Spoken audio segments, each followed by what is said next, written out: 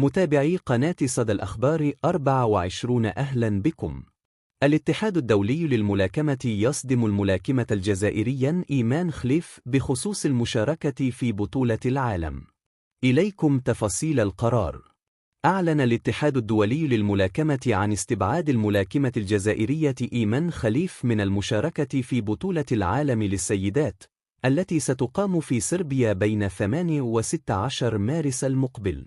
وأوضح الأمين العام للاتحاد كريس روبرتس أن القرار جاء بناء على اللوائح الفنية الخاصة بالأهلية، مشيرا إلى أن الاتحاد يواصل إجراء اختبارات عشوائية لتحديد النوع البيولوجي للرياضيين.